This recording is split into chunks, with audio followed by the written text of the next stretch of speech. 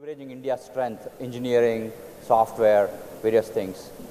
Here I'm going to speak a bit of my personal experience as a startup going from what I call bits and bytes to nuts and bolts.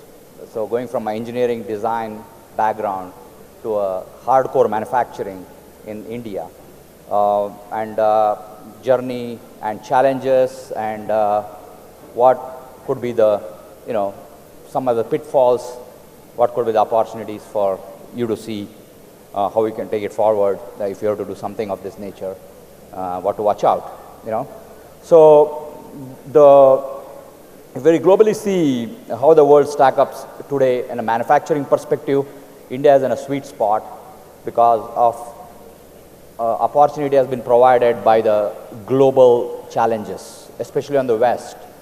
The regulatory challenges from the EU countries on the REACH, which is the environmental side of it. And then you are seeing on the US, a lot of tariff issues and everything, discussions going on, and new presidency, new challenges, and also the unavailability of skilled labor. That's the biggest challenge the West is facing today. And that challenge is not going to go away anytime soon. And I think that is what the big problem West is facing. That's where the consumption is also. So when a location where consumption is and where the high tech, especially on the aerospace tech, area where we are focused on, is predominantly, that is where the manufacturing was historically, and they are facing the shortage of skill, labor, and manpowers. And East Asia, which is predominantly driven by China, which is a global powerhouse for manufacturing, especially on the electronics and across the board, capital goods manufacturing, and various China challenges, the internal changes in the law, and also the geopolitical situation with West, especially with US, and the cost of labor, which is creating big challenges for China also. They have to go more toward automation, and that is not, obviously, there are lower costs. You cannot automate 100% everything. So there is going to be always a portion which is going to be, has to be labor intensive, and labor is moving towards a higher value add than the lower value added products are still available in the market. So that brings an opportunity for India as an emerging market opportunity. We have Indian government significant thrust in the recent times on the PLI side, and various manufacturing incentives, including the infrastructure is the biggest challenge, one of the things to grow the manufacturing that we cannot be missing. But we have been on this journey for a long period of time ourselves, even before any PLI came, even before any of these China +1 strategies came. Truly we were trying to leverage the India manufacturing side of it.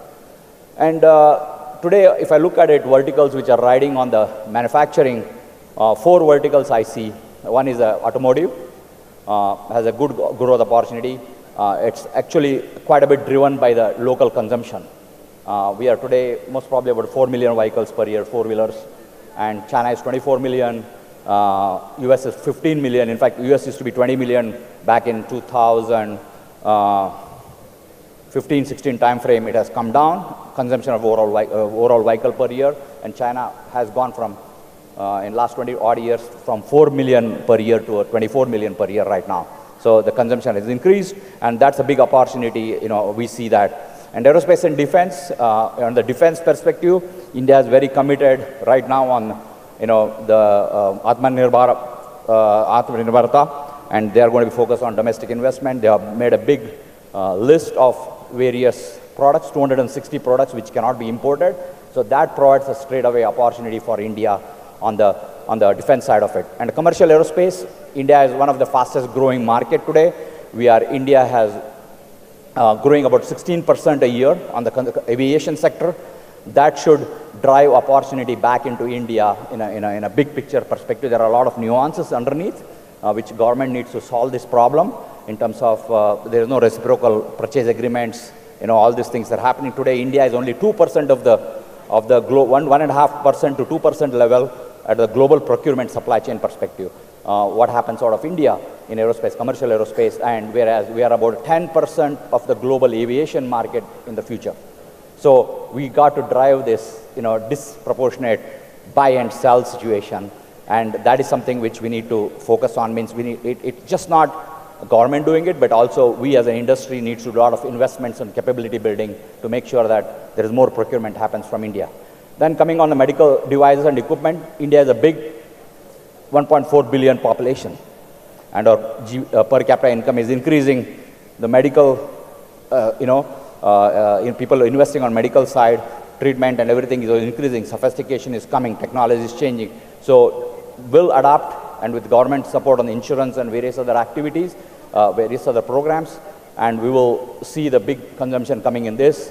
And advanced technology products is the last piece which I was talking about, electronics, and whether it's, the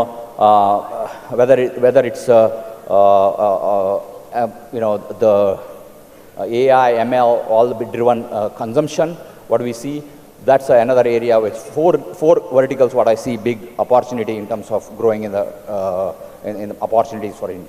So, what are the challenges, barriers to scaling?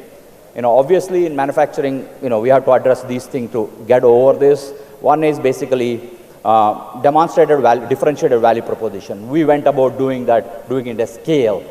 We wanted to build a scale and have a vertically integrated ecosystem.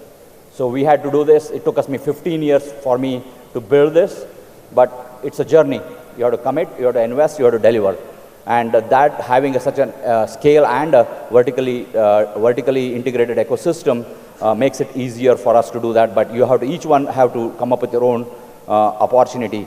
And number two, you got to become a strategic supplier to whomever you do work with, because it cannot be a transactional. You got to really align your own vision with their vision, or 5-10-year vision of theirs, and make sure that we are able to do this. And it's very important to make sure you do that. And ultimately, if you are a product company or you are a contract manufacturing company like us, you got to deliver quality and on time. That's a given. It doesn't matter what's the price it is. A lot of times people come down and talk to me and saying that, hey, we have this product, we have this thing, we are the cheapest guys to do this, we can do cheaper than anybody else. Quality is good and delivery is good. They cannot be the differentiators. They are basic minimum requirement to be in the industry, to play, to be in the playground. If you don't have that, you don't even have entry to the playground. So you got to build beyond that. It's a necessary hygiene. So that's very important. And then I call preparing for a marathon. We think this is what we're going to get. It's going to take $10 million to get to that level, but it will take $20 million. We think it's going to take 2 years to get there. It's going to take 4 years. So be ready in the manufacturing, because a lot of unknowns happen, especially in a country like India, where we have a lot of regulations changing, fixing, export, domestic, UOU, DTA. So, but you have to work through figuring it out. Where do you want to focus? Who's that strategic customer? What is that absolutely needed to support that at any condition? And that's what we need to do that. And then you got to invest. You cannot be where you were yesterday.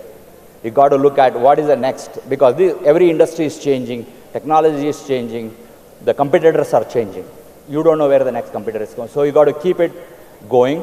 So you have to continue to look at what is your long-term value stream looks like, and what portion of the value stream you are going to take, and it's important to take that forward.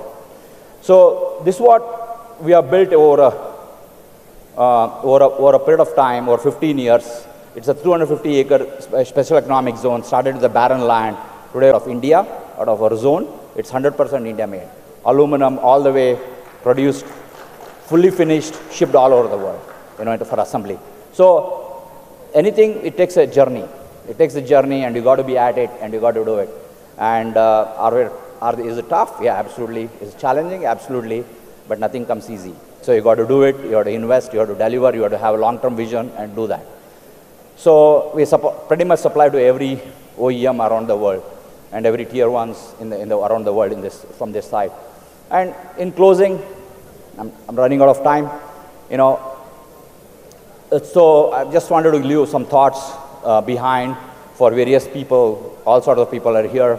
From industry leader perspective, so invest in tech and people. Ultimately, your people are the one who will make differentiation. They are the one going to take you forward. And the process is to be able to deliver consistent results. That's what I would say.